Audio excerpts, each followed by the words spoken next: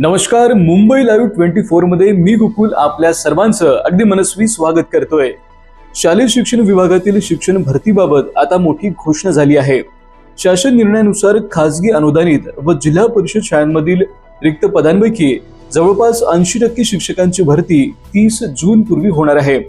14 ते 15 हजार पदांसाठी शालेय शिक्षण विभागाने परवानगी मागितली असून प्रस्ताव सरकारकडे पाठवण्यात आलाय। एक धक्कादायक बातमी समोर येते आहे। मुंबई स्थित मीरा रोड येथील एका व्यापाऱ्याची गोळी झाडून निर्घृण हत्या झाली आहे।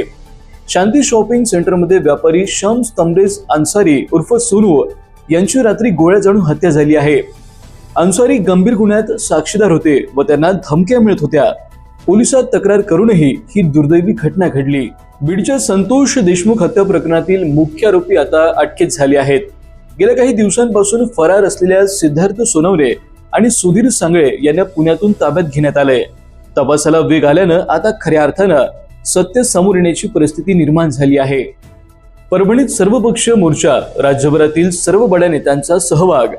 बीडच्या सरपंच संतोष देशमुख यांच्या हत्या प्रकरणामध्ये खळबळ माजल्यानंतर परभणीत विविध मागण्यांसाठी सर्वपक्षीय मोर्चा काढण्यात आला होता।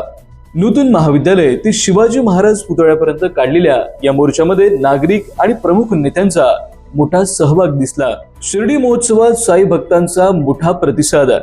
25 डिसेंबर ते 2 जानेवारी दरम्यान 8 लाखांहून अधिक साई भक्तांनी दर्शन घेतले आणि साईंच्या झोळीत तब्बल 16.61 कोटींची देणगी जमा झाली। मागील वर्षाच्या तुलनेत यंदा देणगीत 1,66,00,000 वाढ झाली आहे। सोलापूर विद्यापीठाचा 20वा दीक्षांत समारंभ। 10 जानेवारी रोजी सोलापूर विद्यापीठात तब्बल 15,291 विद्यार्थ्यांना पदवी, 71 संशोधकांना पीएचडी आणि 57 सुवर्ण पदके प्रदान केली जातील। राज्यपाल CP राधाकृष्णन यांच्या उपस्थितीत हा समारंभ पार पडणार आहे।